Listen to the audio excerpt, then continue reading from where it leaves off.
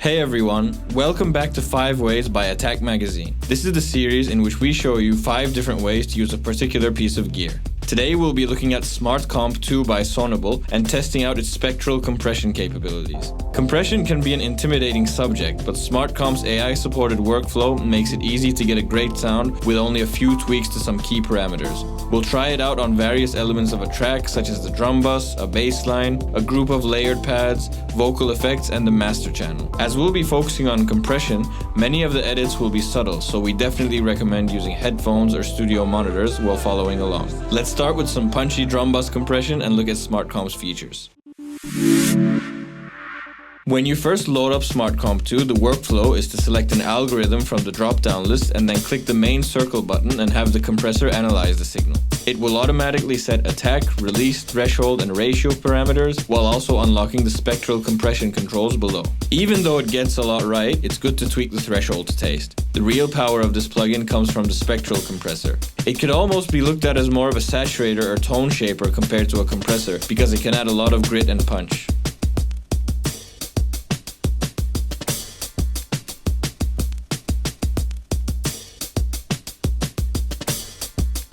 There are 3 key controls. Spectral comp is the amount of the effect applied. Style is like a saturation knob with low values bringing subtle and transparent compression, and high values leading to a more tight and punchy sound. This is perfect for drums, so we'll leave it on the dirty side. The color knob changes the tonal character of the compression applied, allowing you to determine how the compression affects brightness. Here are the drums with and without Smart Comp 2.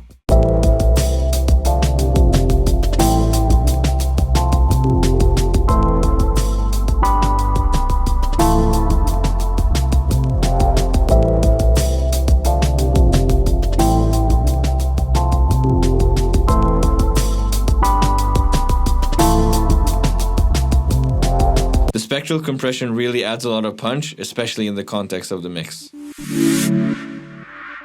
For our bass, we want the low notes to be heard more clearly. The compressor will allow us to do this by controlling the subby low end and then using spectral compression to add presence to the top end. We've used the bass electric algorithm to get automatic settings for the bass. You can set the frequency range in which the spectral compression is operating. We'll increase this a bit so that we're not adding harshness to the subs while tweaking the style knob.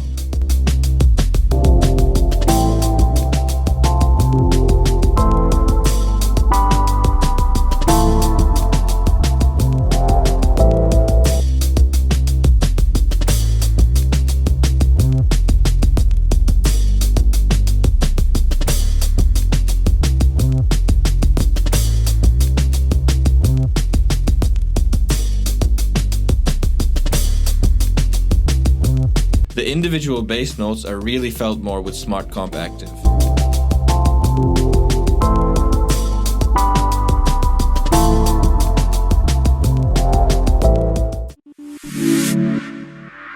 The third tip we're going to look at is layering harmonic parts. Group compression is a great way to layer elements like pads, chords, and polysynths. This is made even better when the compressor adds a common character to all of the parts. In our track, we have one high pad and one lower, less frequent pad in a group. They are different sounds but could work well together with a bit more consistency. The lower one has some spikes in volume sometimes, and the space therein just sounds different.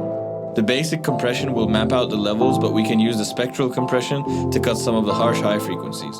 We'll also bring in a little bit of the style knob for some more grit.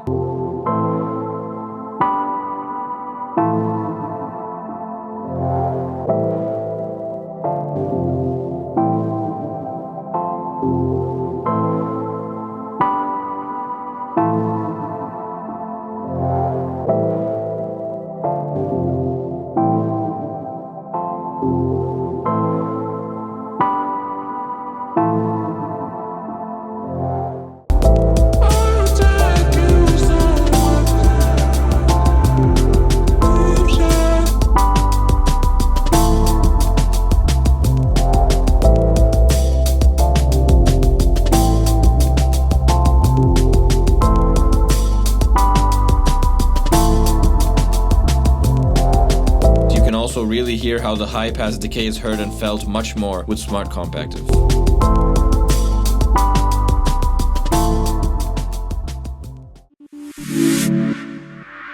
Another great quality of Smart Comp is the mid-side or MS mode that allows you to separate the controls for the mid and side signals. In our track, we have a vocal part that has a lot of effects, but these are getting lost or aren't fully felt in the context of the mix. One element of electronic tracks that live in the sides are stereo effects like delay and reverb. If you compress only the side part of a signal, you can add presence to the effects without messing up the main mid part. We'll do this on the vocals by bringing in the sides controls ratio all the way to over 6. This means that the sides are getting squashed with a lot of compression, creating a more consistent signal.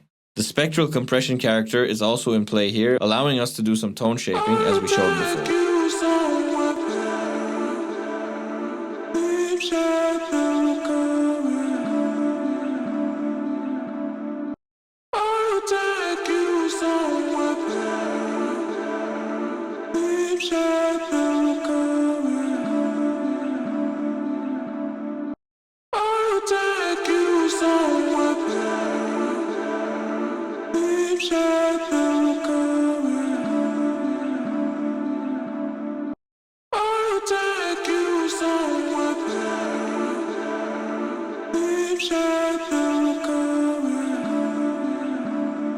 Now if we play the mix with and without the mid-side compression and focus on the vocal effects, you can hear the difference quite clearly.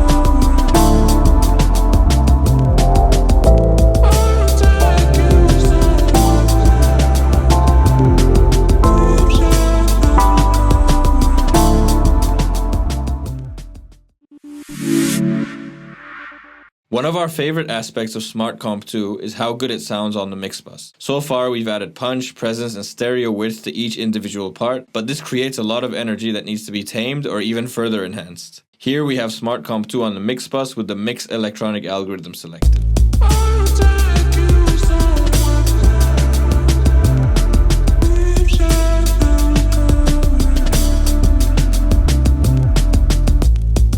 We'll tweak the threshold to make sure we're getting no more than 2-3 dBs of gain reduction. Any more might be too much for a full mix.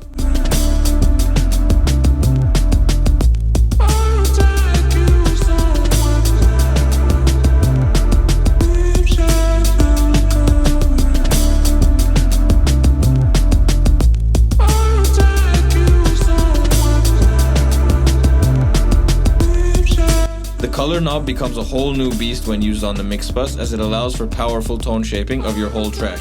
You can hear how much more the low end is popping out when we choose a darker tone.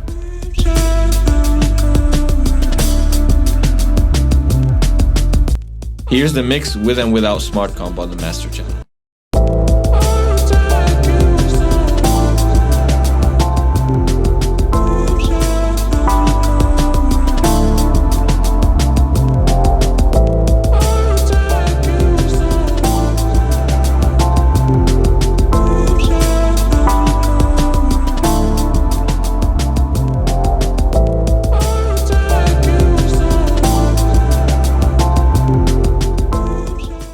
That's it for this 5 ways video. If you enjoyed it, don't forget to like and subscribe. We also definitely recommend that you try the game-changing compressor out for free via Sonible's free 30-day trial. We've dropped the link to the trial page in our description. See you next time.